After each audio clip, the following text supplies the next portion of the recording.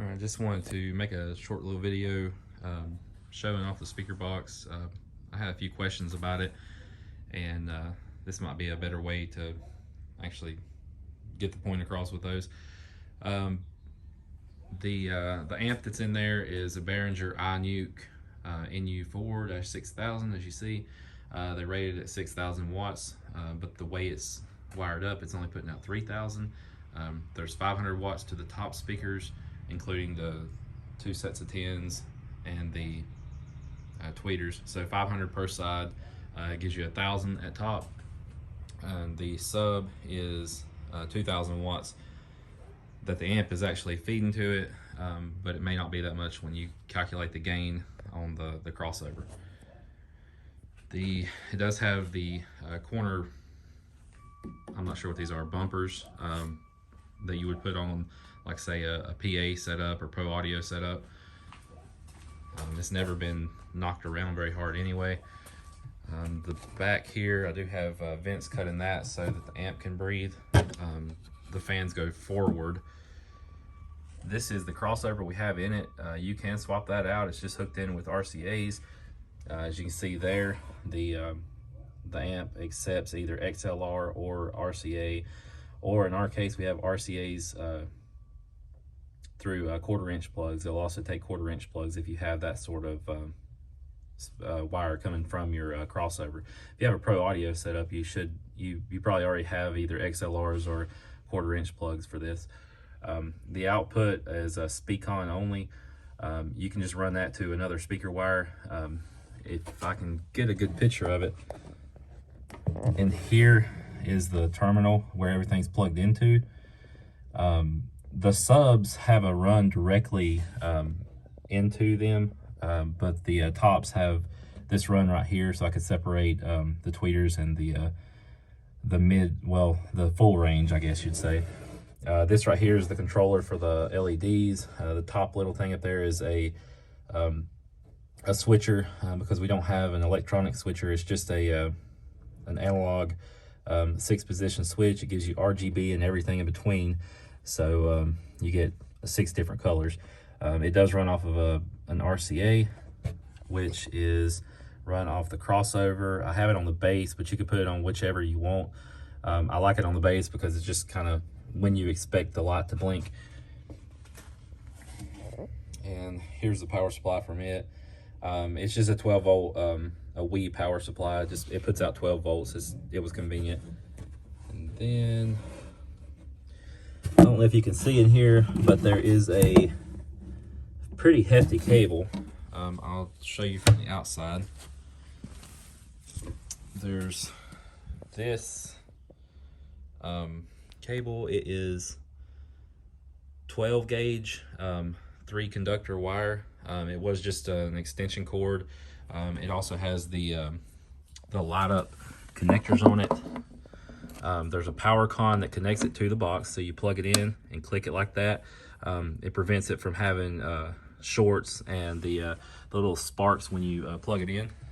And it's also a little more secure than just plugging, like say a power connector for a computer in. You can see here it glows when it's on. That glows when it's on, it's red. And then the amp right here will be red when we turn it on. Should turn orange. That means it's ready. This isn't used right now. You can run it, but it's these two are bridged. So you have this here. You do have sort of a VU meter here, and then a clip indicator. So if it does get too loud, it'll turn red. It'll tell you that it's producing square waves instead of sine waves, so you want to turn it down. It is possible to actually output more than what the speakers can handle and not clip, but you should be able to hear that whenever you're actually playing something on this.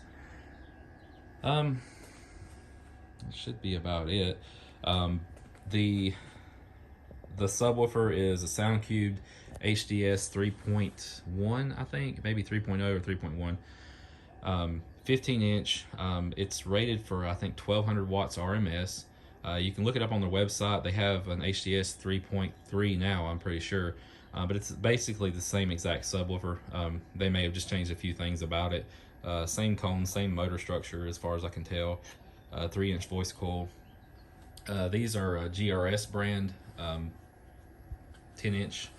It stands for generic replacement speaker. So if you had something, I'm not sure exactly what they were, maybe Pioneer or Sony's, that these were supposed to be a replacement for. Everything is balanced to the power that's going to it though.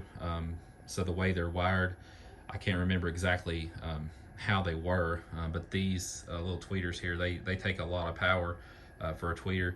So they basically end up about the same power need. And you can, by doing, by changing this, you can change the stereo image of it. But being that they're together, you don't get much of a stereo image. But if you're standing right in front of it, you can kind of tell when something's on the left or the right of the box. Let's see. As far as the crossover is concerned, it will accept a Bluetooth signal or RCA ins. There may be another input method. If you look here, you do have a main and auxiliary input. I usually just use the main, and then if I want to, I have an RCA to like you can put a Y adapter, but I also have one that is a female adapter right here. So you can plug your own auxiliary cables straight into this if you have one, or if you have your own Y cable, you can just plug the RCAs in back here, and it'll split it out.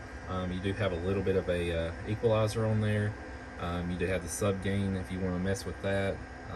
You can basically dial it into your style of music and what you're listening to at the time.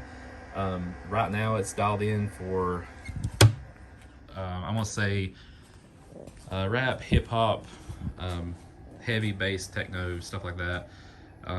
Just so that we could test it out. Right now on Bluetooth, you can about turn it wide open and it won't clip. But if you do plug an auxiliary in, the gain's set a little bit hotter, so you may not want to do that on it. The next video will be a demo of the box. If you have any questions about it, let me know. I can either make you a video, or I can video chat over Facebook, and we can look at something more closely. Or if you want to set up an appointment to come by and look at it, you can. Also do these custom. Just let me know on my Facebook page. Thank you.